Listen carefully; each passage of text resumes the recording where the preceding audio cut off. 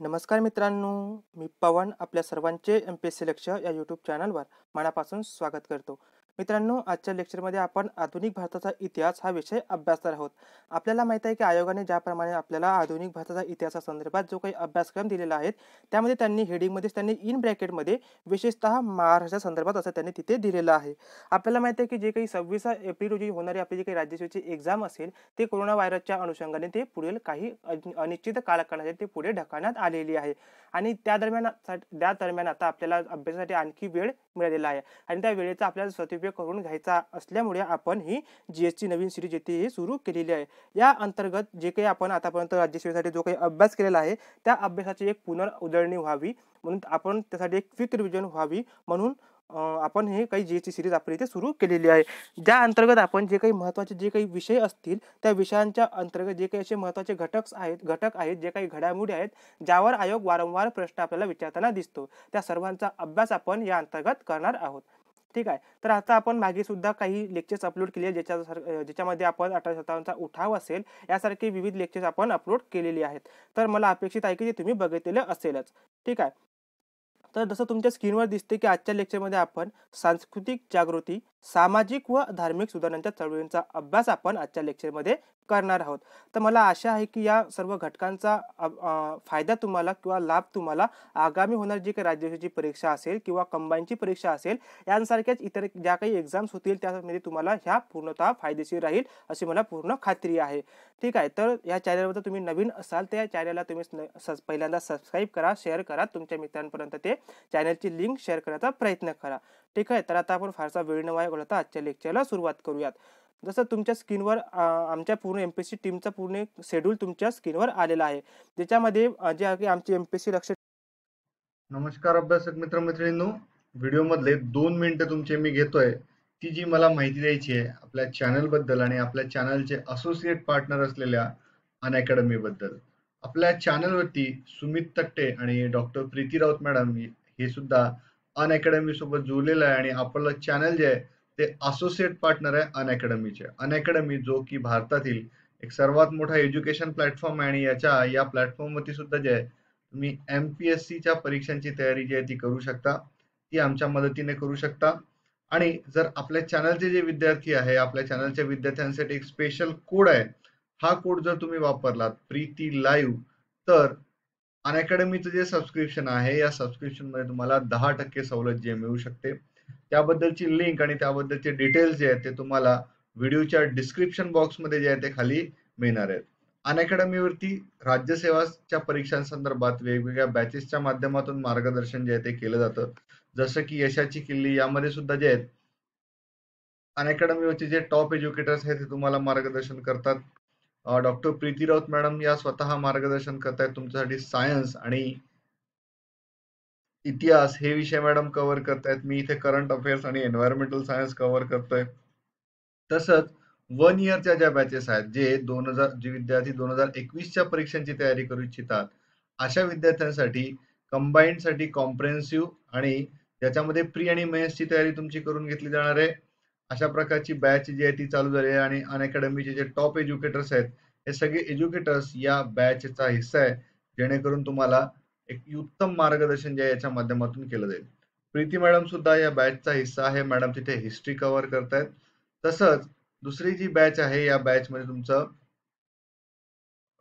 जी राज्यसेवेच्या संदर्भात ज्या बॅचेस आहेत या बॅचेसमध्ये सुद्धा जे आहे संपूर्ण तयारी जी आहे ती तुम्ही योग्य पद्धतीने करू शकता. राज्यसेवा, ग्रुप बी या सर्व परीक्षांची तयारी तुम्हाला याच्या माध्यमातून करता येईल. तुम्हाला जर ऍडमिशन घ्यायची असेल तर 10% डिस्काउंट मिळण्यासाठी प्रीती लाईव्ह हा जो रेफरल कोड आहे हा तुम्ही वापरा आणि 10% सवलत जी आहे याच्या माध्यमातून मिळू शकता. जी फी 1400 रुपये आहे ती तुम्हाला 1260 आणि जर तुम्ही 1 वर्ष किंवा 2 वर्षाचं 12 महिने किंवा 24 महिन्याचं सबस्क्रिप्शन घेताय, त्यामध्ये 75% पर्यंतचं सवलत जी आहे ती तुम्हाला मिळते आणि आपला जर रेफरल कोड वापरला तर 10% एक्स्ट्रा सवलत तुम्हाला मिळते. जर तुम्हाला काही अडचण असेल तर खाली व्हिडिओच्या डिस्क्रिप्शन बॉक्समध्ये टेलिफोन क्रमांक दिलेला आहे. तो तुम्ही वापरू शकता आणि टेलिग्राम चॅनलला सुद्धा जेथे जाऊ शकता. तर ते फ्री कोर्सेस प्लस कोर्सेस सगळ्यांसाठी तुम्ही जॉईन करू शकता. तर काय अडचण असल्यास आम्हाला अवश्य भेट द्या. धन्यवाद. आणि आता आपला अभ्यास जो आहे तो आपण कंटिन्यू ठेवूयात. MPSC लक्ष टीमनेही उचललेली आहे. तर आता आपण फारसा वेळ न घालवता आजच्या लेक्चरला सुरुवात करूयात. जसं आपण म्हटलं की सांस्कृतिक जागृती, सामाजिक धार्मिक सुधारणांच्या चळवळींमध्ये कोणत्या गोष्टींचा आपल्याला अभ्यास करायचा आहे, तर लक्षात घ्या की सुरुवातीला या चळवळींचा उगम कशा पद्धतीने झाला त्याची आपल्याला ऐतिहासिक पार्श्वभूमी जाणून घ्यावी लागणार आणि आपल्याला कोणत्या चळवळींचा अभ्यास करायचा आहे त्याच्यामध्ये आपल्याला म्हणता येईल की ब्राह्मो समाज, प्रार्थना समाज, Arya Samaj, Ramakrishna mission, theosophical society, Satyashodhak Samaj, मुस्लिम लीग जे काही मुस्लिम असतील, मुस्लिम धर्मियांच्या ज्या काही सुधारणा चळवळी असतील किंवा शीख धर्मियांच्या सुधारणा चळवळी असतील किंवा पारसी धर्मियांच्या सुधारणा चळवळी असतील आणि ब्राह्मणेतर ज्या काही चळवळी असतील या सर्वांचा अभ्यास आपल्याला या घटकाच्या अंतर्गत आपल्याला करायचा आहे. आता साहजिक आहे की हा पूर्ण एवढा लांबलचक सिलेबस आपल्याला या टॉपिकच्या या एका घटकाच्या अंतर्गत पूर्ण कव्हर करायचा आहे. तर हा एका लेक्चरमध्ये पूर्ण म्हणजे घेणं हे अशक्य आहे. म्हणून मला वाटते की 2 किंवा 3 लेक्चरमध्ये आपण हे पूर्ण कव्हर करण्याचा प्रयत्न करूयात. तर ठीक आहे, तर आता आपण स्टेप बाय स्टेप एक एक घटक पूर्ण आता आपण अभ्यासत जाऊयात. तर पहिला घटक आहे की ऐतिहासिक पार्श्वभूमी. जेव्हा आपण बघतो तेव्हा जे काही इतर परकीय आक्रमण आणि ब्रिटिश ह्या 2 विचारधारांमध्ये आपल्याला अभ्यास करावा लागेल. कारण की लक्षात घ्या की सुरुवातीला जे काही ब्रिटिश आहेत किंवा जे इतर परकीय म्हणजे ब्रिटिश सोडून इतर परकीय यांनी भारतावर आक्रमणे केलीत, परंतु यांच्या आक्रमणामागील किंवा यांच्या विचारधारेमागील मूलभूत फरक काय होता हे सुद्धा आपल्याला जाणून घेणं आवश्यक आहे. लक्षात घ्या की सुरुवातीला आपण जे काही इतर परकीय होते त्यांच्याबद्दल बोलूयात. आता जे इतर परकीय जेव्हा भारतावर आले म्हणजे त्यांनी जेव्हा भारतावर आक्रमणे केलीत, भारतावर आक्रमण केल्यानंतर त्यांनी भारतीयांचा जो काही प्रदेश होता तो जिंकून सुद्धा घेतला आणि त्यांनी नंतर भारतावर राज्य सुद्धा केलं. आणि जेव्हा जे इतर परकीय होते ज्याच्यामध्ये आपल्याला म्हणता येईल की जे काही मुघल वर्ग होता, ठीक आहे, म्हणजे खास करून ज्या काही मुस्लिम धर्मियांनी किंवा ते मिडल ईस्ट कंट्रीमधून त्यांनी जे आक्रमण झाले जसं की मुघल वगैरे असतील, जे मंगोलियनमधून आलेले मुघल असतील, ठीक आहे, त्याच्यानंतर जे काही इतर परकीय आक्रमण असतील यांच्यामध्ये मूलभूत फरक काय होता लक्षात घ्या की जेव्हा यांनी भारतावर शासन केलं, यांनी भारतावर शासन करत असताना जी काही भारतीय संस्कृती होती तेव्हा त्यांनी भारतीय संस्कृती त्यांना आवडली आणि ते भारतीयांची सुद्धा नंतरच्या कालखंडामध्ये एकरूप झालेले आपल्याला दिसतात. परंतु या बाबतीत जे काही ब्रिटिश परकीय होते या ब्रिटिश परकीय कधीही भारतीयांचे एकरूप झाले नाहीत. ते नेहमी भारतीयांची जी काही संस्कृती होती त्यावर त्यांनी वारंवार टीका केली. त्यांनी भारतीय व्यक्तींवर नेहमी म्हणजे अविश्वास त्यांनी दाखवलेला होता. हा यांसारखा जो मूलभूत फरक होता हा ब्रिटिश आणि इतर परकीयांच्या आक्रमणामध्ये आपल्याला दिसून येतो. त्याच्यानंतर 18व्या शतकामध्ये जेव्हा युरोपमध्ये एक नवीन बौद्धिक लाट पसरली आणि त्याच अनुषंगाने युरोपमध्ये एक जागृतीचे नवे युग हे सुरू झालेले होते. त्यालाच इंग्लिशमध्ये एज ऑफ इनलाइटनमेंट असं आपण म्हणतो. आता याच्यामध्ये नेमकं काय झालं की जे काही युरोप वर्ग होता, जो युरोपियन होता, त्यांनी विज्ञान आणि तर्कबुद्धीच्या आधारावर त्यांनी म्हणजे प्रत्येक गोष्ट समजवण्यास सुरुवात केलेली होती. त्यानंतर त्यांनी जे धार्मिक सुधारणा असतील, ज्या राजकीय सुधारणा असतील, ज्या काही आर्थिक सुधारणा असतील, सामाजिक सुधारणा असतील, याच्यामध्ये त्यांनी बौद्धिक पातळीवर तर्कशुद्ध पद्धतीने त्याच्यामध्ये सुधारणा करण्याचा प्रयत्न केलेला होता. आणि त्याच अनुषंगाने जे काही पाश्चात्य शिक्षणाचा त्यांनी नंतरच्या कालखंडामध्ये प्रसार केला आणि याचा जर फायदा घेऊन जे काही भारतीय तरुण वर्ग होता, हा पाश्चात्य शिक्षण घेतलेला जो काही तरुण वर्ग होता हा ख्रिश्चन धर्माकडे हा आकर्षित झालेला होता. असं म्हणतात की जे काही डेरोजिओचे जे काही शिष्य म्हणून स्वतःला जे म्हणून घेणार जे काही बंगाली वर्ग होता, म्हणजे जे बंगालमधले जे तरुण होते ते पूर्णतः ख्रिश्चन धर्माकडे एवढे म्हणजे आकर्षित झाले की त्यांनी अक्षरशः म्हणजे हिंदू धर्मामधील म्हणजे आपल्या भारतामध्ये जे काही हिंदू धर्म असेल त्यांनी अक्षरशः त्याग केला आणि त्यावर टीका करण्यात मोठ्या प्रमाणात सुरुवात सुद्धा केलेली होती. नंतरच्या कालखंडामध्ये जसा नवशिक्षित वर्ग हा तर्कशुद्ध विज्ञानवाद आणि मानवतावाद यांनी तो प्रभावित झालेला होता. ठीक आहे. नंतर त्यांच्या विचारधारेमध्ये त्यांची जे काही धर्मनिरपेक्षतेचा विचार त्यांच्या मनामध्ये रुजलेला होता. ठीक आहे. म्हणजे कुठलाही म्हणजे जे काही जे काही चातुर्वर्ण्य तेव्हाच्या कालखंडामध्ये जे काही प्रचलित होती, ज्याच्यामध्ये आपल्याला म्हणता येईल की जे काही ब्राह्मण असतील, क्षत्रिय असतील, वैश्य असतील किंवा जे शूद्र होतील ह्या कॅटेगरीच्या आधारावर जेव्हा म्हणजे प्रत्येक जो काही स्टेप आहे जसं की ब्राह्मण, क्षत्रिय, वैश्य, शूद्र हे एकमेकांमध्ये हे भेद करत होते. ठीक आहे. तर मग नंतर त्या कालखंडामध्ये त्याचा त्यांचे पाश्चात्य संस्कृती जेव्हा त्यांनी अभ्यास केला, जेव्हा त्यांनी तर्कशुद्ध बुद्धीचा वापर केला, जेव्हा त्यांनी विज्ञानवादी दृष्टिकोन वैज्ञानिक दृष्टिकोन जेव्हा त्यांनी स्वीकारला, तेव्हा त्यांनी एक धर्मनिरपेक्षतेचा विचार हा भारतीयांमध्ये फोफवण्यास सुरुवात झालेली होती. म्हणजे एकीकडे जो काही पाश्चात्य शिक्षण घेतलेला वर्ग एकीकडे ज्या प्रमाणामध्ये हिंदू धर्मावर टीका करण्यास सुरुवात केली होती, त्याचप्रमाणे असे काही नवीन जे काही तरुण वर्ग होता त्या तरुण वर्गामध्येच असे काही व्यक्ती होते त्यांनी हिंदू धर्मामधील ज्या काही अनिष्ट रूढी आहे, ज्या काही चालीरीती आहेत, त्यांनी ज्या काही अनिष्ट प्रथा आहेत त्यांचा त्यांनी नंतर विचार करून त्यांनी त्यागण्याचा प्रयत्न केला आणि हिंदू धर्मामधील जे काही धर्म आहे त्याच्यामध्ये सुधारणा घडवून आणण्याचा त्यांनी प्रयत्न केलेला होता. ठीक आहे. तर नंतरच्या कालखंडामध्ये त्यांनी धार्मिक आणि सामाजिक सुधारणा ह्या एकाच नाण्याच्या दोन बाजू आहेत असं त्यांनी वाटत होतं.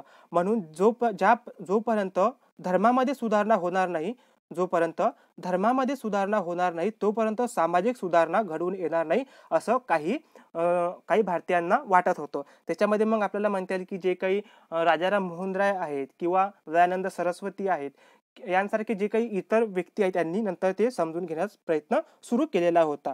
ठीक आहे. तर हे काही ऐतिहासिक पार्श्वभूमी आपण थोडक्यात इथे बघितलेली आहे. आता तुमच्या स्क्रीनवर जे काही एक आपण रेड कलरमध्ये जे काही आपण एक हेडिंग लिहिलं म्हणजे एक टायटल लिहिलं आहे ज्याच्यामध्ये आपण म्हटलं आहे की म्हणजे CWF हेगल यांनी एक स्टेटमेंट दिलेलं होतं. त्यामध्ये त्यांनी म्हटलं आहे की no reformation is possible without a renaissance. आता लक्षात घ्या की रिनायन्सन्स म्हणजे पुनरुज्जीवन. आता जोपर्यंत पुनरुज्जीवन शिवाय कोणत्याही प्रकारची सुधारणा ही अशक्य आहे असं त्यांनी म्हटलेलं होतं. ठीक आहे. तर लक्षात घ्या की हे स्टेटमेंट कोणी म्हटलं असं सुद्धा आपल्याला एक्झाममध्ये विचारलं जाऊ शकते. कारण की जेव्हा आपण ह्या सुधारणा चळवळींचा अभ्यास करतो तेव्हा आपल्याला जे काही गुरुवर्य बेल्लेकर आहे त्याच्या पहिल्याच हेडिंगमध्ये त्यांनी जे काही हेडिंगच्या खालीच त्यांनी एक स्टेटमेंट दिलं होतं तिथून हे स्टेटमेंट आपण हे इथे उचललेलं आहे. म्हणून आयोग यावर प्रश्न विचारण्याची शक्यता जास्त असू शकते. ठीक आहे. तर आता आपण पुढे जाऊया. आता पुढे लक्षात घ्या की पहिल्यांदा आपण ब्राह्मो समाजाचा अभ्यास करूयात. आता लक्षात घ्या की ब्राह्मो समाजाचे जे काही संस्थापक होते ते संस्थापक होते राजाराम मोहन राय. आता लक्षात घ्या राजाराम मोहन राय बद्दल आपण त्यांची थोडक्यात आपण पार्श्वभूमी बघून घेऊया की राजाराम मोहन राय यांना भारतीय समाज प्रबोधनाचे जनक म्हणतात. त्यांनाच आधुनिक भारताचे जनक सुद्धा म्हणतात. तसेच त्यांना आद्य समाज सुधारक सुद्धा म्हणतात. त्यांनी जवळपास मला वाटते की 1803च्या सुमारास त्यांनी तुहफत उल मुहाविद्दीन हा त्यांनी पहिला महत्वाचा ग्रंथ सुद्धा त्यांनी लिहिलेला होता. आणि 1815 मध्ये लक्षात घ्या 1815 मध्ये त्यांनी आत्मीय सभेची स्थापना केली होती. आता त्यांनी आत्मीय सभेची स्थापना का केली होती? कारण त्यांना जे काही प्रचलित समाजातील जो काही दोष होता ज्या काही कुप्रथा तेव्हा प्रचलित होता त्यावर त्यांनी तिथे ती चर्चा करत होते आणि त्या चर्चेच्या माध्यमातून ते सोडवण्याचा प्रयत्न या आत्मीय सभेच्या माध्यमातून ते नंतरच्या कालखंडामध्ये ते करत आलेले आहेत. आणि नंतर आपल्याला असं म्हणता येईल की त्यांनी संवाद कौमुदी म्हणा किंवा मिरातुल अखबार सारखी वृत्तपत्रे सुद्धा त्यांनी चालवलेली होती. नंतरच्या कालखंडात त्यांनी जे काही सतीप्रथा आहे सत्यप्रथेला त्यांनी मोठ्या प्रमाणात विरोध केला आणि त्याच अनुषंगाने आपल्याला म्हणता येईल की 1829च्या सुमारास त्यांनी सतीप्रथा विरोधी जे काही कायदे आहेत त्यांची तो कायदा सुद्धा तेव्हा त्यांनी पास करून घेतलेला होता. ठीक आहे. नंतरच्या कालखंडात त्यांनी 1826 मध्ये त्यांनी वेदांत कॉलेज सुद्धा सुरू केलेलं होतं. ठीक आहे. हे काही त्यांची जी काही राजाराम मोहन राय यांच्याबद्दलची काही माहिती आहे ते आपण नंतरच्या एखाद्या लेक्चरमध्ये पूर्ण डिटेलमध्ये अभ्यास करूयात. आपल्याला फक्त इथे चळवळींचा अभ्यास करायचा हे तुम्ही लक्षात घ्या.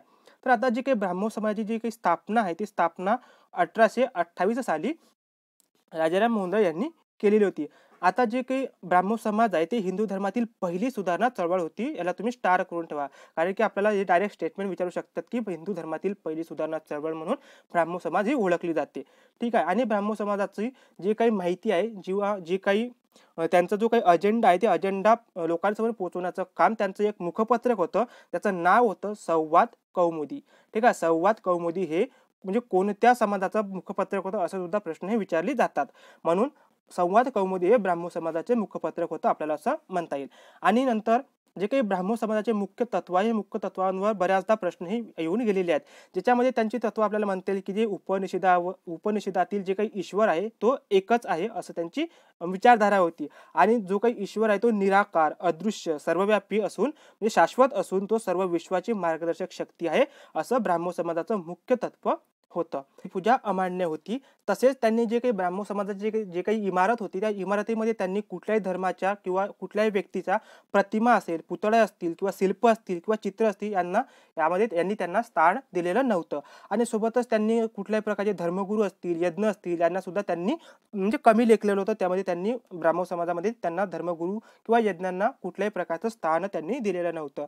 आणि नंतर त्यांनी जेव्हा ईश्वराच्या भक्ती केल्यामुळे जेव्हा त्यांच्यामध्ये सकारात्मकता निर्माण होईल त्याच अनुषंगाने ईश्वराची भक्ती म्हणून त्यांनी प्रार्थनाद्वारे उपनिषदातील उतारे वाचून ते म्हणजे उतारे वाचण्यास त्यांनी सुरुवात केलेली होती.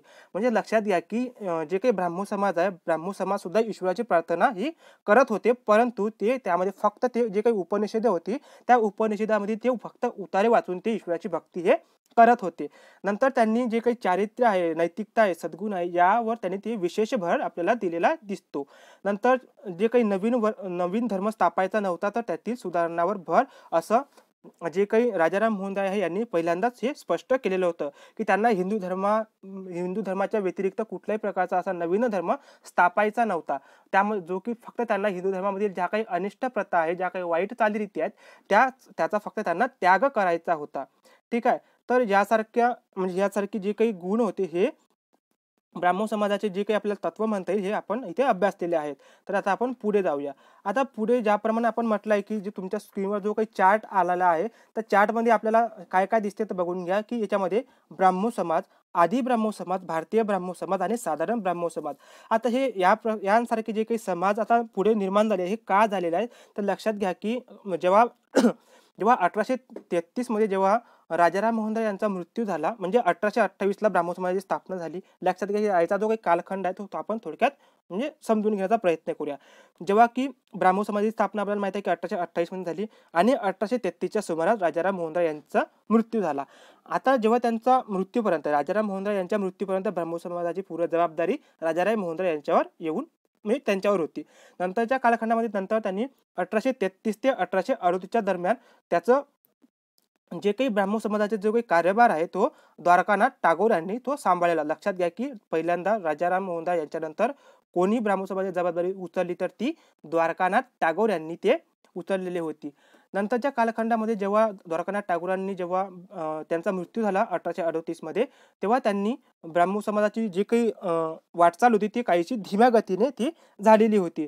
नंतरच्या कालखंडामध्ये जेव्हा देवेंद्रनाथ टागोरांनी जेव्हा या ब्राह्मो समाजामध्ये 1841च्या सुमारास त्यांनी या ब्राह्मो समाजामध्ये एंट्री केली.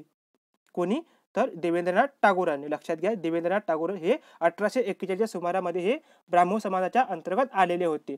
ठीक आहे. आणि त्यांनी नंतर ब्राह्मो समाजाला एक नवजीवन देण्याचं काम हे या देवेंद्र टागोरांनी केलेलं होतं. ठीक आहे. तर नंतरच्या कालखंडामध्ये सुद्धा 1858च्या सुमारास केशवचंद्र सेन जे आहेत हे सुद्धा या ब्राह्मो समाजाला जॉईन झालेले होते आणि नंतर त्यांना आचार्य पदावर नियुक्त सुद्धा करण्यात आलेले होते. परंतु हे केशवचंद्र सेन आणि देवेंद्रनाथ टागोर यांच्यामध्ये काही वैचारिक मतभेद झाले, ज्याच्यामध्ये आपल्याला म्हणता येईल की जे काही देवेंद्रनाथ टागोर आहे यांनी जे वेद आहे त्या वेदांना त्यांनी अपौरुषीय म्हणून त्यांनी जाहीर केलेलं होतं, जे की केशवचंद्र सेन यांना आवडलेलं नव्हतं. कारण की जे काही केशवचंद्र सेन होते हे जे काही हिंदू धर्म होता, हिंदू धर्माला ते म्हणजे तेवढं त्यांना ते म्हणजे काय संकुचित विचार झाले तर ते समजत होते. म्हणून तसंच त्यांचे जे काही संस्कृतमधील जे काही मूळ तत्व आहे ते सुद्धा केशवचंद्र सेन यांना अमान्य होते. म्हणून यांसारखे जे काही वैचारिक मतभेद देवेंद्रनाथ टागोर आणि केशवचंद्र सेन यांच्यामध्ये पुढील कालखंडामध्ये ते आपल्याला समजते की ते त्या दोघांमधील ज्या काही चकमकी या वैचारिक चकमकी आपल्याला दिसून येतात. तर त्या अनुषंगाने या ब्राह्मो समाजामध्ये नंतरच्या कालखंडामध्ये फूट पडलेली होती. नंतर या फुटीमधूनच या ब्राह्मो समाजामध्ये जे फूट पडले त्याच्यामधून दोन गट निर्माण झाले.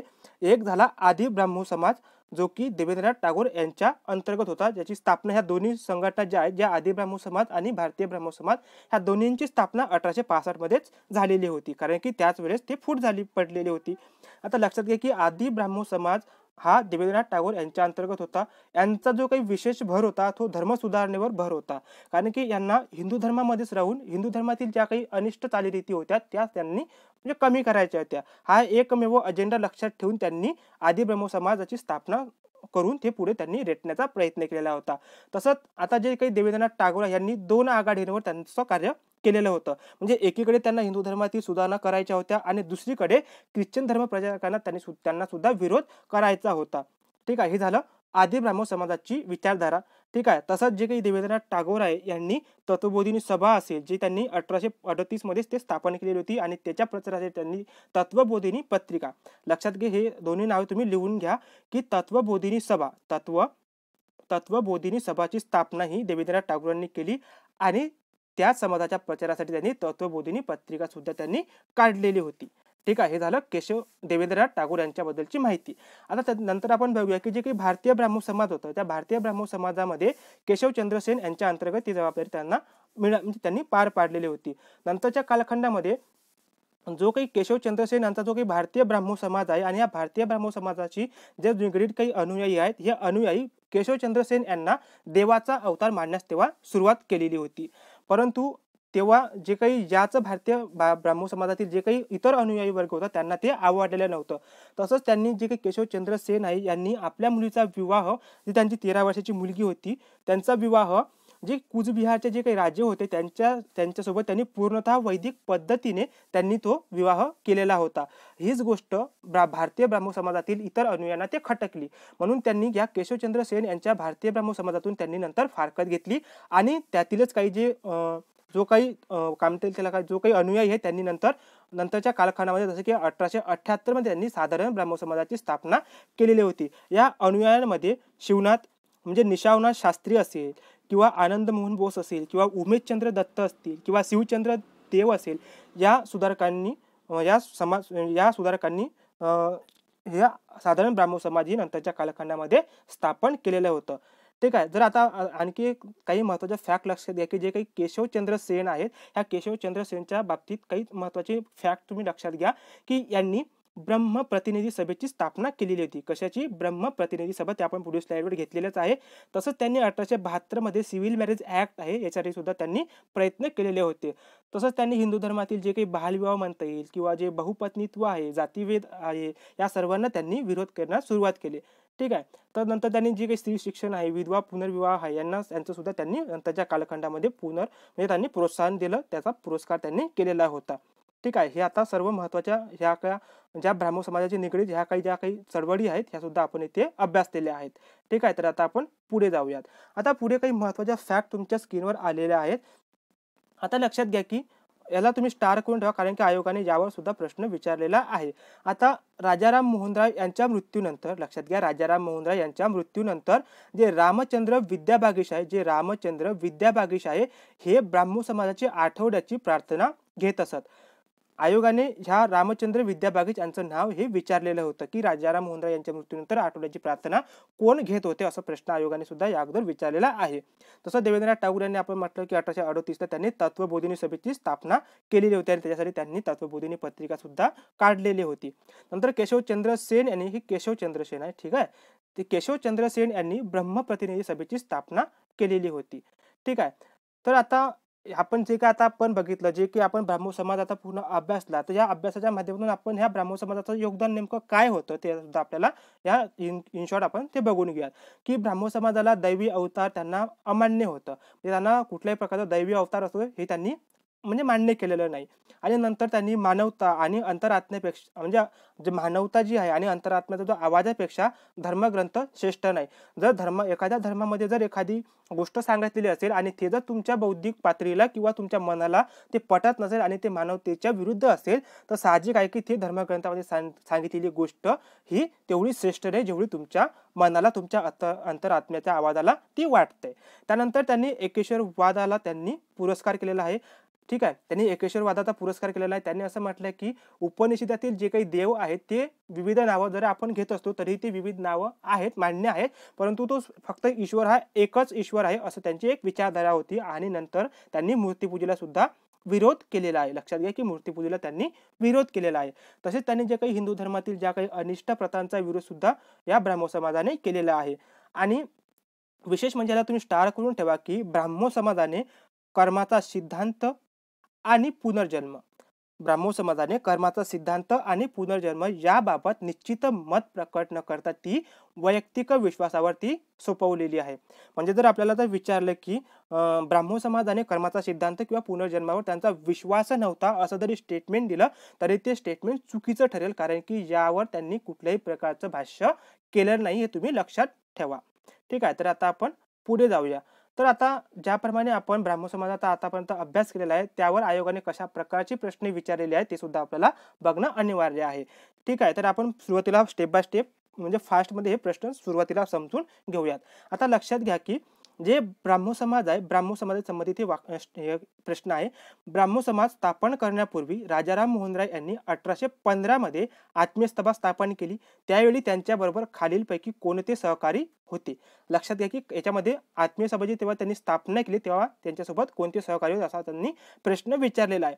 जर आपल्याला माहित असेल की हे जे केशवचंद्र सेन आहे आणि जे देवेंद्रनाथ टागोर आहे, हे नंतरच्या कालखंडात जेव्हा राजाराम मोहन राय यांचा मृत्यू झाला 1833 दरम्यान त्यांचा मृत्यू झालेला होता.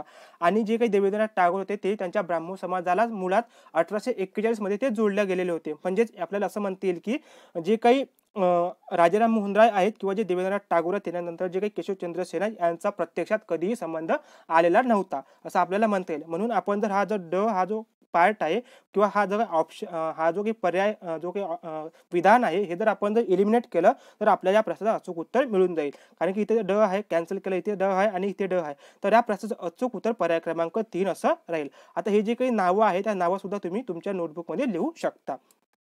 ठीक आहे. आता आपण पुढील प्रश्न बघूया. पुढील प्रश्नामध्ये म्हटलं आहे की राजाराम मोहन राय यांच्या मृत्यूनंतर रिकामी जागा यांनी ब्राह्मो समाजाची आठवड्याची प्रार्थना सभा घेत असत. आता लक्षात घ्या की तुम्ही जर व्यवस्थित जर लेक्चर बघित असाल तर या प्रश्नाचं उत्तर सुद्धा तुम्हाला नक्कीच आलेलं असेल. त्या प्रश्नाचं अचूक उत्तर आहे रामचंद्र विद्याबागीश. ठीक आहे. पुढील प्रश्न आहे की जे ब्रह्मप्रतिनिधी सभा आहे याची म्हणजे ही काही संघटना आहे किंवा सभा आहे कोणी संघटित केली होती? तर ते कोणी केली होती? केशवचंद्र सेन यांनी ती संघटित केली होती. त्यानंतर ब्राह्मो समाजाची स्थापना कोणी केली? तर साहजिक आहे की ब्राह्मो समाजाची स्थापना ही राजाराम मोहन राय यांनी केलेली होती. ठीक आहे. यासारखे प्रश्न हे आयोगाने यांसारखे प्रश्न हे विचारलेली आहेत. ठीक आहे.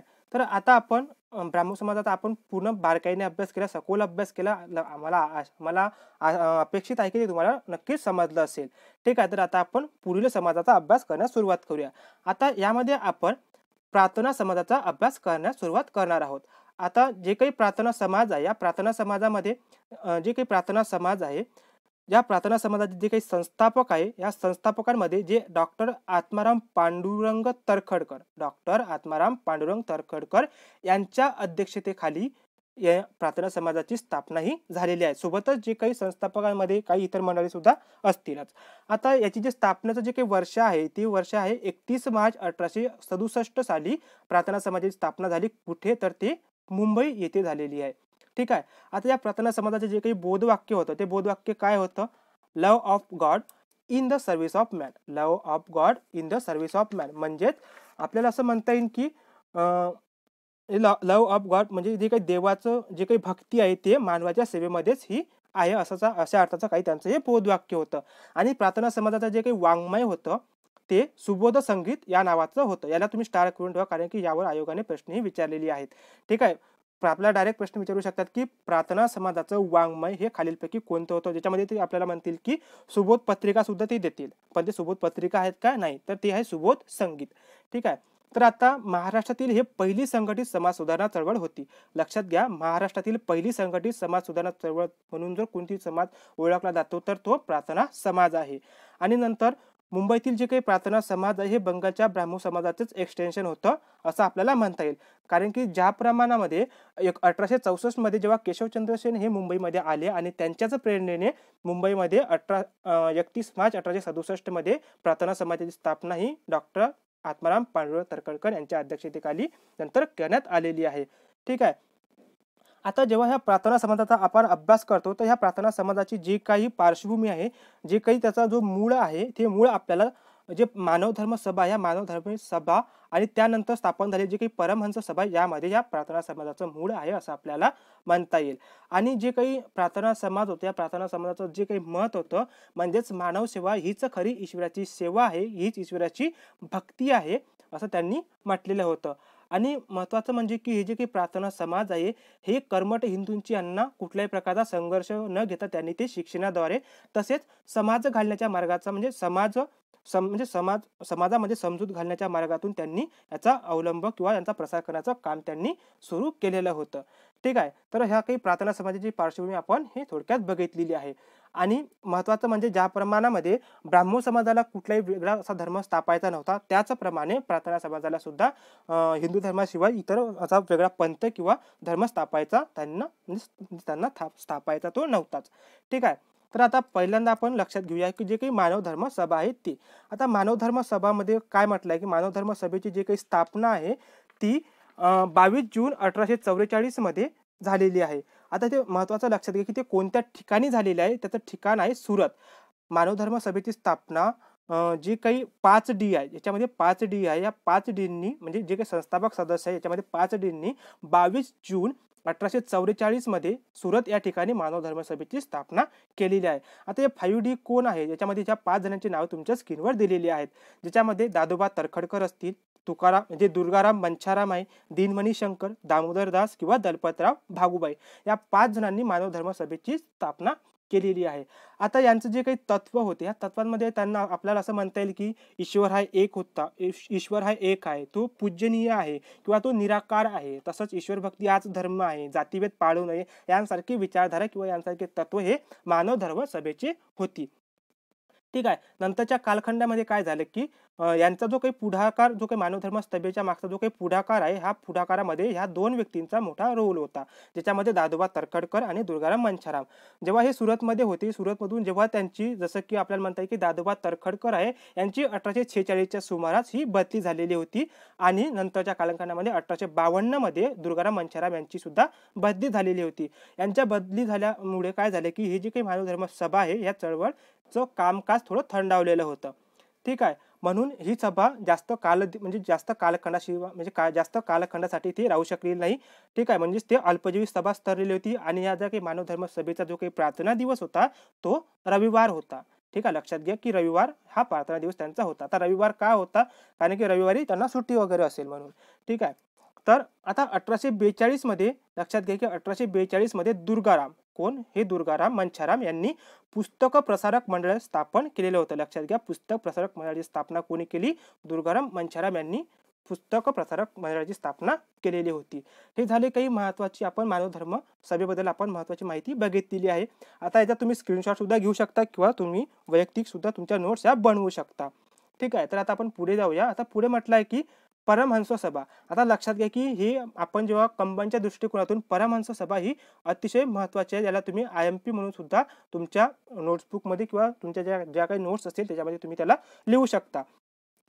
आता परमहंस सभेचा आपण जेव्हा अभ्यास करतो तेव्हा आपल्याला लक्षात घ्यावं लागेल की याचे जे काही संस्थापक आहेत, या परमहंस सभेचे जे काही संस्थापक आहेत, संस्थापकामध्ये जे काही मानव धर्म सभेचे जे काही अनुयायी आहेत, या अनुयायींनीच त्यांची परमहंस सभा ही स्थापन केलेली होती, ज्याची स्थापना ही 31 जुलै 1849 रोजी ती झालेली होती.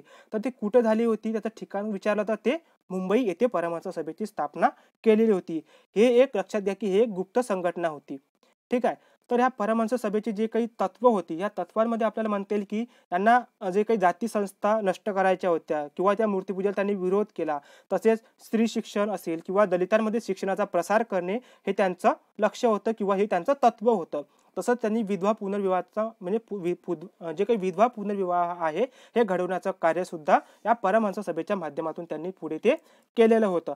आता जे काही आपण इथं जसं म्हटलं की जे मानव धर्म सभेचे जे काही अनुयायी आहेत, ह्या अनुयायांमध्ये कोणते अनुयायी होते? तर लक्षात घ्या की जे काही दादोबा तरखडकर होते किंवा आत्माराम तरखडकर असतील, सर बाळकृष्ण जयकर असतील, जे भिकोबा दादा चव्हाण असतील, जे मुरुबा विनोबा असेल, मदन श्रीकृष्ण असेल, या सर्व जे काही अनुयायी आहेत या अनुयायांचा समावेश या परमहंस सभेमध्ये होता. हे जे काही तुमच्यासमोर मी नावं सांगितली, या नावांमधील काही नावं तुम्ही तुमच्या नोटबुकमध्ये लिहून ठेवा. कारण की आता आपण जसं की आपण ब्राह्मण समाजाचा जेव्हा अभ्यास केला त्याच्यामध्ये त्यांनी बऱ्याच व्यक्तींची नावे ही दिलेली होती.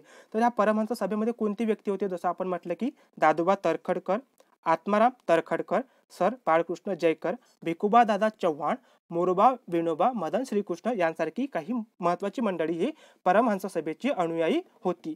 ठीक आहे. तर आता हे परमहंस सभा आहे, ही परमहंस जे सभा आहे या सभेचं जर आपल्याला जे काही सभा सदस्यत्व जर स्वीकारायचं असतील तर त्यांना एक प्रतिज्ञा घ्यावी लागत होती, ज्यामध्ये त्यांना मी जातीभेद मानणार नाही अशी त्यांना तिथे शपथ घ्यावी लागत होती, प्रतिज्ञा घ्यावी लागत होती. आणि महत्त्वाचं म्हणजे की त्यांना जे अस्पृश्य आचार्याने बनवलेलं जेवण आणि मुस्लिम व्यक्तीच्या हाताने पाणी त्यांना पिणे हे बंधनकारक होतं. आणि जेव्हा कुठला व्यक्ती असं करत होता तेव्हाच त्यांना परमहंस सभेचं जे काही सदस्यत्व आहे त्यांना देण्यात येत होतं.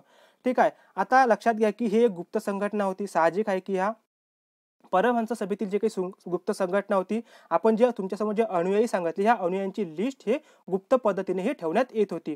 परंतु नंतरच्या कालखंडामध्ये ही जे त्यांची जी गुप्त संघटनेची यादी ही चोरीला गेली होती आणि ही यादी चोरीला गेल्यामुळे काय झालं की ह्या परमहंस सभेचे निगडीत जो काही ब्राह्मण मोठ्या प्रमाणात जे काही ब्राह्मण व्यक्तींचा त्यांच्याशी संबंध होता, म्हणून त्यांना आपण समाजातून बहिष्कृत केल्या जाऊ यांची त्यांना भीती त्यांच्या मनामध्ये निर्माण झाली आणि त्यामधूनच त्यांनी या परमहंस सभेच्या त्यांनी त्याग करण्यास सुरुवात केलेली होती. ठीक आहे. तर हे काही आपण महत्त्वाची माहिती आपण या परमहंस सभेच्या अंतर्गत आपण ते अभ्यासलेली आहेत. ठीक आहे. तर आता आपण पुढे जाऊयात. आता लक्षात घ्या, आता जे काही प्रार्थना समाजाचे जे कार्य होतं, आता लक्षात घ्या की प्रार्थना समाजाचे जे कार्य होतं, त्या कार्यांमध्ये आपल्याला काय म्हणता येईल की ह्या असं प्रार्थना समाजात असं काही वैयक्तिक असं कार्य काही केलेलं नाही, परंतु ह्या प्रार्थना समाजाच्या अंतर्गत जे काही सभासद त्यांचे होते, त्या सभासदांच्या माध्यमातून त्यांनी वैयक्तिक पातळीवर विविध संस्था स्थापून त्यांनी प्रार्थना समाजाचे कार्य हे पुढे रेटण्याचं काम केलेलं होतं. ज्याच्यामध्ये आपल्याला असं म्हणता येईल की जे काही आपल्याला असं म्हणता येईल की जे काही आता आत्माराम पांडुरंग तरखडकर आहे, यांनी व्यक्तिशः जे काही काम केलेलं आहे ते सुद्धा प्रार्थना समाजाच्या अंतर्गत राहून त्या सर्वांनी काम केलं. ज्याच्यामध्ये जे काही गोपाळकृष्ण गोखले आहेत, यांनी सर्वंट्स ऑफ इंडिया सोसायटीची स्थापना केली आणि जे न्यायमूर्ती मगू रानडे यांनी सुद्धा एकेश्वरवादी निष्ठांची कैफियत, लक्षात घ्या, एकेश्वरवादी निष्ठांची कैफियत हा ग्रंथ लिहून त्यांनी प्रार्थना समाजाच्या मतांच्या समर्थन करण्यासाठी त्यांनी हा ग्रंथ लिहिलेला होता. त्यानंतर जे काही नामजोशी असेल, नामजोशी यांनी 1919 मध्ये कामगारांसाठी सोशल सर्व्हिस लीगची सुद्धा त्यांनी स्थापना केलेली होती आणि गोपाळकृष्ण गोखले यांनी सर्वंट्स ऑफ इंडिया सोसायटीची स्थापना केलेली होती. आणि या जो काही गोपाळकृष्ण गोखलेंची जी काही सर्वंट्स ऑफ इंडिया सोसायटी आहे, याचा जो काही मूळ उद्देश होता हे तुम्ही लक्षात ठेवण्याचा प्रयत्न करा किंवा लिहून ठेवा की याचा जो मूळ उद्देश होता तो राजकीय कार्यकर्ते निर्माण करण्यासाठी त्यांनी सर्वंट्स ऑफ इंडिया सोसायटीची स्थापना केली. कोणी? तर गोपाळकृष्ण गोखले यांनी. तसंच जे काही प्रार्थना समाजाचे जे काही इतर सदस्य आहेत, त्या सदस्यांमध्ये दादोबा किंवा आत्माराम पांडुरंग तरखडकर असतील, जे डॉक्टर राघो भांडारकर असेल किंवा वामन आबाजी मोडक असतील, न्यायमूर्ती चंदावरकर असतील किंवा विठ्ठल रामजी शिंदे असतील, या सर्वांनी या प्रार्थना समाजाच्या अंतर्गत राहून हे त्यांचं कार्य हे केलेलं आहे. ठीक आहे. तर आता आपण जे काही प्रार्थना समाजावर आधारित किंवा परमहंस सभा असेल किंवा मानवधर्म सभा असेल, यावर आयोगाने कशा प्रकारचे प्रश्न विचारलेले आहेत ते सुद्धा आपण आता थोडक्यात बघून घेऊया. मला अपेक्षित आहे की तुम्हाला प्रार्थना समाज आणि मानवधर्म समाज तसेच परमहंस सभा हे तुम्हाला चांगल्या पद्धतीने समजले असेल. तर आता लक्षात घ्या की क्वेश्चन मी तुमच्यासमोर वाचतो आणि ते तुम्ही स्वतः पहिल्यांदा अटेम्प्ट करण्याचा प्रयत्न करा. ठीक आहे. आता आपण म्हटलं की परमहंस सभा महाराष्ट्रामध्ये स्थापन झाली होती. परमहंस सभा महाराष्ट्रामध्ये स्थापन झाली होती, तिच्याबाबत काय खरे नाही. लक्षात घ्या, काय खरे नाही असं विचारलेलं आहे. आता 4 पर्याय दिलेले आहेत, ज्याच्यामध्ये त्यांनी म्हटलं की पहिल्यामध्ये म्हटलंय सर्व माणसामध्ये कोणताही भेदभाव असता कामा नये असे ती मानायची. ठीक आहे, मानावयाची हे विधान अगदी बरोबर आहे. ही एक गुप्त संस्था होती, हे सुद्धा विधान अगदी बरोबर आहे. आता ख्रिश्चन समाजाचा तिच्यावर प्रभाव नव्हता. लक्षात घ्या, ख्रिश्चन समाजाचा तिच्यावर प्रभाव नव्हता हे स्टेटमेंट त्यांनी दिलेलं आहे. हे विधान अगदी चुकीचं आहे. ठीक आहे. नंतर सभासदांची नावे फुटल्याप्रमाणे जसं आपण म्हटलं की गुप्त संघटनेची यादी चोरीला गेली. ठीक आहे, म्हणून ती बरखास्त झाली. हे विधान सुद्धा अगदी बरोबर आहे. आता लक्षात घ्या की जे ख्रिश्चन समाजाचा तिच्यावर प्रभाव नव्हता हे विधान चूक आहे, कारण की जे पाश्चात्य विचारधारा होती किंवा ज्या पाश्चात्य विचारसरणीचा अभ्यास हा भारतीय व्यक्तींनी सुरू करण्यास सुरुवात केली होती, म्हणून त्यांनी हिंदू धर्मातील ज्या काही अनिष्ट प्रथा आहेत त्यांचा त्यांनी नंतरच्या कालखंडामध्ये विरोध केलेला आहे. म्हणून ख्रिश्चन समाजाचा तिच्यावर प्रभाव नव्हता असं आपल्याला म्हणणं हे चुकीचं ठरेल. ठीक आहे. तर आता आपण पुढील प्रश्नाकडे जाऊया. पुढील प्रश्न आहे की खालीलपैकी कोणत्या सुधारांवर महाराष्ट्रामध्ये इसवी सन 1849 मध्ये, लक्षात घ्या, एक मिनिट, खालीलपैकी कोणत्या सुधारणांवर महाराष्ट्रात इसवी सन 1849 मध्ये स्थापन झालेल्या परमहंस मंडळीचा भर होता. लक्षात घ्या, जातीबंधने तोडणे, विधवा विवाह करण्यास प्रोत्साहन देणे किंवा स्त्री शिक्षण किंवा मूर्तिपूजा बंदी, ह्या 4ही घटकांचा समावेश हा परमहंस मंडळी या परमहंस मंडळीचा या 4ही गोष्टींवर भर होता. म्हणजे ह्या 4ही गोष्टीमध्ये आपल्याला पाहिजे तर याच्यामध्ये फक्त अ दिलाय म्हणजे हे विधान येणार नाही. याच्यामध्ये अ आणि ब दिलेलं आहे म्हणून हे विधान सुद्धा येणार नाही, म्हणजे हे पर्याय येणार नाही. आणि अ ब क फक्त हे सुद्धा येणार नाही, कारण की आपल्याला ह्या 4ही गोष्टींवर परमहंस मंडळींनी भर दिलेला होता. म्हणून वरील 3ही पर्याय अयोग्य आहे असं आपल्याला म्हणता येईल. म्हणून या प्रश्नाचं अचूक उत्तर पर्याय क्रमांक 4 हे योग्य राहील. ठीक आहे. आता पुढील प्रश्न आहे की पुढील प्रश्नामध्ये म्हटलं आहे की परमहंस सभेची पुढीलपैकी कोणती उद्दिष्टे होती. लक्षात घ्या, पुढीलपैकी कोणती उद्दिष्टे इथे विचारलेली आहे. आता जाती संस्था नष्ट करणे ऑब्व्हियसली होती. त्यानंतर स्त्री शिक्षणाला उत्तेजन देणे हे सुद्धा होतं. त्यानंतर पुनर्विवाह प्रेरित करणे हे सुद्धा होतं आणि मूर्तीपूजा करण्यास उत्तेजन देणे. आता लक्षात घ्या की मूर्तीपूजा करण्यास त्यांनी कधीही उत्तेजन दिले नाही, तर त्यांनी मूर्तीपूजेचा सुद्धा त्यांनी विरोध केलेला होता. ठीक आहे, तर लक्षात घ्या की हे अ, ब आणि क हे 3 विधान हे योग्य आहेत. ठीक आहे, म्हणून पर्याय क्रमांक 1 या प्रश्नाचं अचूक उत्तर आहे. त्यानंतरचा प्रश्न आहे की प्रार्थना समाजाच्या अपयशाला रिकामी जागा घटक कारणीभूत होते. आता प्रार्थना समाज हे का अपयशी झालेला आहे हे आपल्याला जर विचारलं तर त्याच्यामध्ये आपल्याला म्हणता येईल की हे उच्च मध्यमवर्गीयांच्या हाती असलेले नेतृत्व, जनसामान्यांशी संपर्काचा अभाव, प्रवर्तकांमधील मतभेद आणि आचारविचारांमध्ये विसंगती, ह्या चारही जे काही विधानं दिलेली आहे हे चारही विधानं या प्रार्थना समाजाच्या अपयशाला कारणीभूत ठरलेलं आहे. कारण की आपण जसं म्हटलं की याच्यामध्ये प्रत्येक व्यक्तीनं आपल्या वैयक्तिक पातळीवर प्रार्थना समाजाच्या अंतर्गत हे विविध संघटना स्थापन करून त्यांनी ते कार्य पुढे रेटण्याचं काम केलेलं आहे. ठीक आहे, तर म्हणून या प्रश्नाचं अचूक उत्तर पर्याय क्रमांक 4 वरीलपैकी सर्व असं राहील. ठीक आहे, नंतरचा पुढील प्रश्न लक्षात घ्या की मानव धर्म सभेचे संस्थापक कोण होते, तर दादोबा पांडुरंग तरखडकर होते. नंतर मुंबई येथे 1867 मध्ये प्रार्थना समाजाची स्थापना कोणी केली, तर डॉक्टर आत्माराम पांडुरंग यांनी केलेली होती. ठीक आहे, नंतरचा प्रश्न आहे की परमहंस सभा लयाला गेल्यानंतर तिच्या सभासदांची 1867 मध्ये रिकामी जागा यांच्या अध्यक्षतेखाली प्रार्थना समाजाची स्थापना केली, तर त्याचं उत्तर आहे आत्माराम पांडुरंग तरखडकर. ठीक आहे, या सर्वांचा आपण इथे अभ्यास केलेला आहे. तर आता आपण आर्य समाजाचा अभ्यास आता आपण इथे थोडक्यात करून घेऊया. ठीक आहे, आशा आहे की तुम्हाला आतापर्यंत आपण जे काही अभ्यास केलेला आहे त्याचा तुम्हाला ते व्यवस्थित समजत असेल. आणि लक्षात घ्या की जर तुम्हाला आता काही थोडा वेळ ब्रेक घ्यायचा असेल तर तुम्ही ब्रेक सुद्धा घेऊ शकता आणि पुढे नंतर हे लेक्चर तुम्ही कंटिन्यू बघू शकता. ठीक आहे, आता आर्य समाजामध्ये आपण काय म्हटलंय की आर्य समाजाची जी काही स्थापना आहे, आर्य समाजाचे जे काही संस्थापक आहे ते कोण आहे, तर ते आहे स्वामी दयानंद सरस्वती. त्यांनाच मूळ शंकर या नावाने सुद्धा ओळखले जाते. ठीक आहे, तर आर्य समाजाची जी काही स्थापना आहे ती स्वामी दयानंद सरस्वती यांनी केली. कधी? 10 एप्रिल 1875 साली ते मुंबई या ठिकाणी आर्य समाजाची स्थापना केलेली होती. आता सर्वात महत्त्वाचं म्हणजे की जे काही आर्य समाज आहे, आता पहिल्यांदा तर लक्षात घ्या की जे काही स्वामी दयानंद सरस्वती आहे यांचं जे काही मूळ नाव आहे त्यांचं ते मूळ शंकर या नावाने ते प्रचलित होते. यांचा जो जन्म आहे तो मोरबी संस्थान जे गुजरातमध्ये आहे इथे त्यांचा जन्म झालेला होता. ठीक आहे, तर यांनी जे काही घोषणा दिली होती, जे काही आर्य समाजाच्या माध्यमातून जे काही घोषणा दिलेली होती, त्या घोषणेमध्ये त्यांनी वेदांकडे परत चला असा सुद्धा त्यांनी नारा दिलेला होता. जसं आपण त्याला इंग्लिशमध्ये म्हणतो गो बॅक टू वेदास.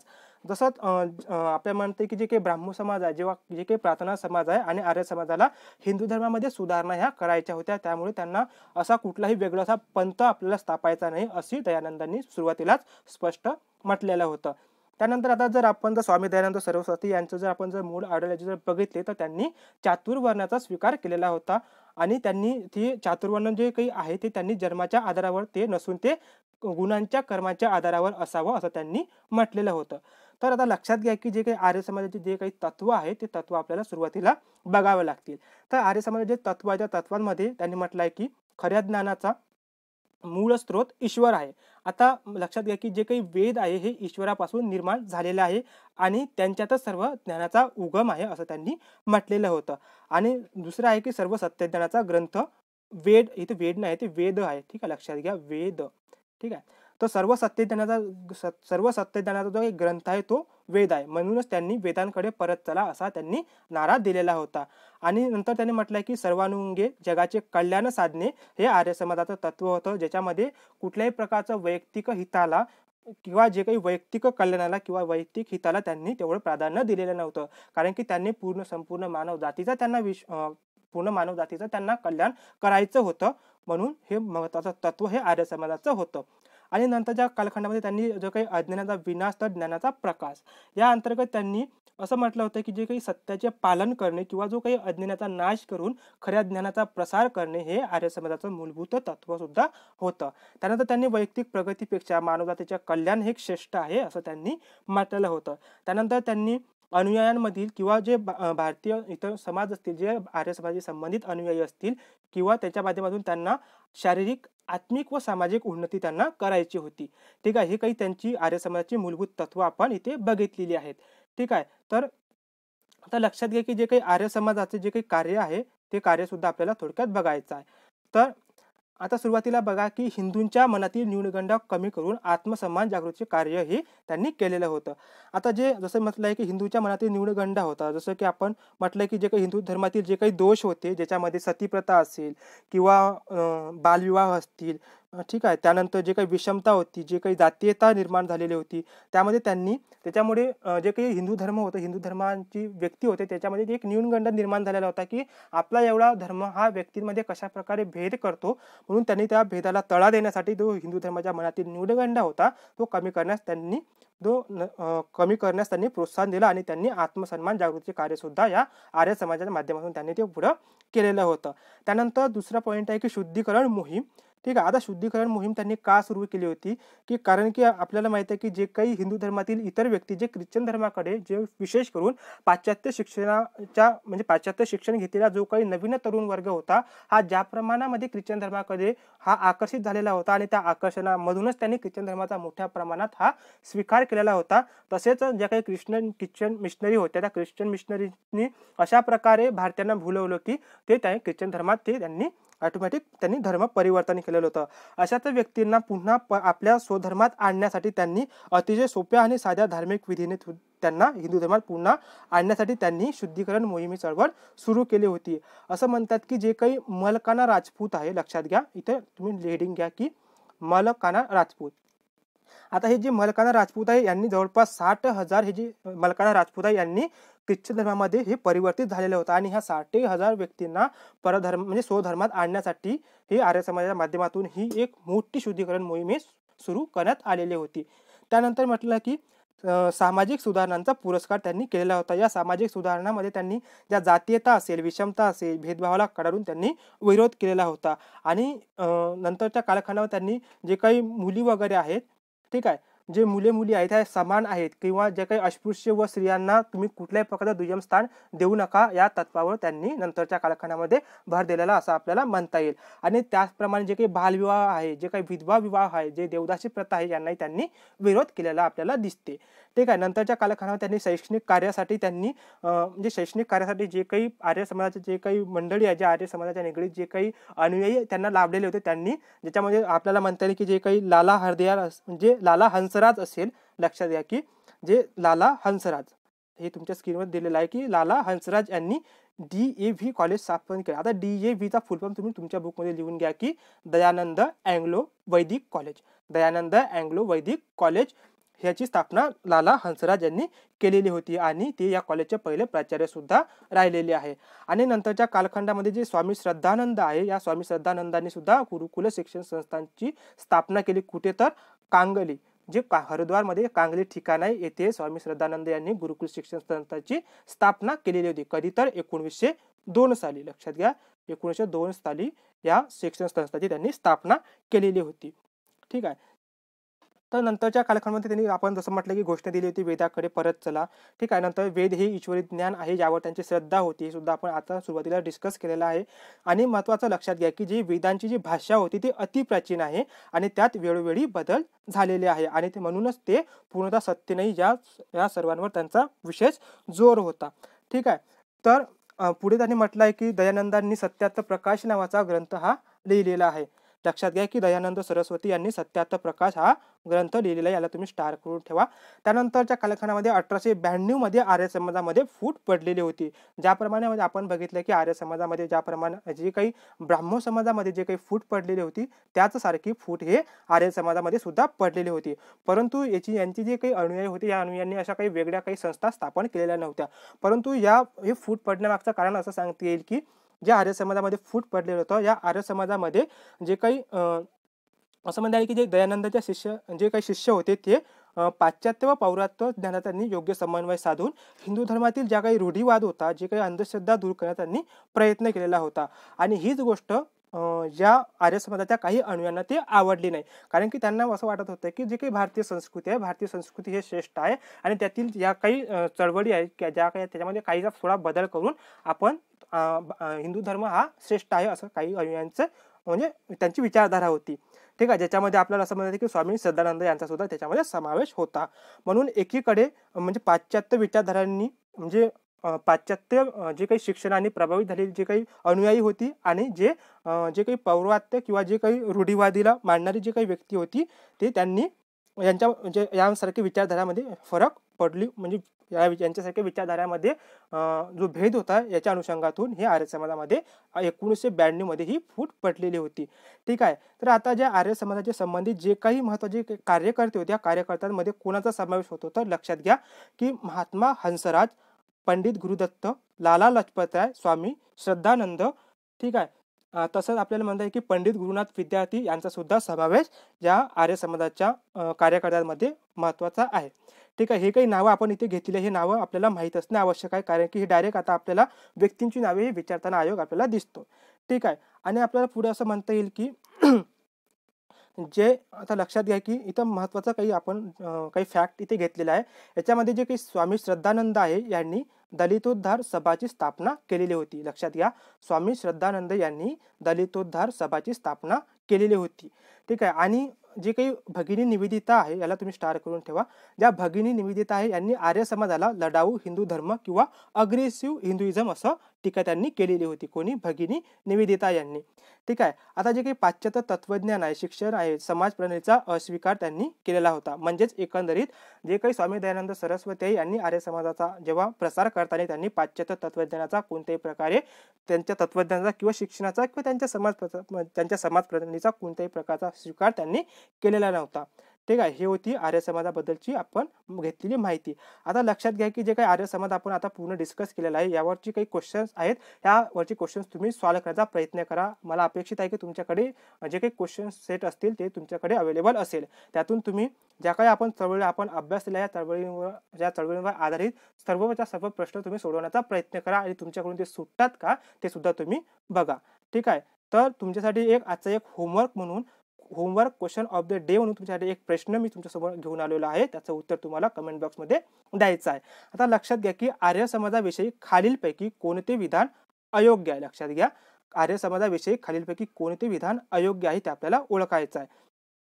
तर विधान अ दिलेलं आहे की स्वामी श्रद्धानंदांनी दलितोद्धार सभा स्थापन केली आणि त्यांच्या शिक्षण संस्थेमध्ये पौर्वात्य व पाश्चिमात्य शिक्षण प्रसाराचा समन्वय साधला गेला नाही. हे जे विधान आहे हे ब आहे. लक्षात घ्या, जे ब विधान आहे त्याच्या शिक्षण संस्थांमध्ये पौर्वात्य व पाश्चिमात्य शिक्षण क्रमाचा समन्वय साधला गेला नाही असं विधान आहे. आणि क विधान आहे अनाथ व विधवा स्त्रियांसाठी आश्रम उभारलेले आहे. तर आपल्याला यातील अयोग्य विधान हे ओळखायचं आहे. ठीक आहे. अयोग्य विधाने ओळखायचं आहे. तर आशा आहे की या प्रश्नाचं अचूक उत्तर तुम्ही हे कमेंट बॉक्समध्ये द्याल अशी मला पूर्ण खात्री आहे. तर ठीक आहे. तर हा होता आजच्या आपल्या व्हिडिओचा शेवट. आणि ज्याप्रमाणे इन्कोचं एकच लक्ष आहे की करा अभ्यास, बना अधिकारी. आणि आतापर्यंत तुम्ही हा सर्व व्हिडिओ शेवटपर्यंत पाहिला त्यासाठी खरंच तुमचे मनापासून खूप खूप धन्यवाद देतो आणि आपला दिन शुभ जाओ.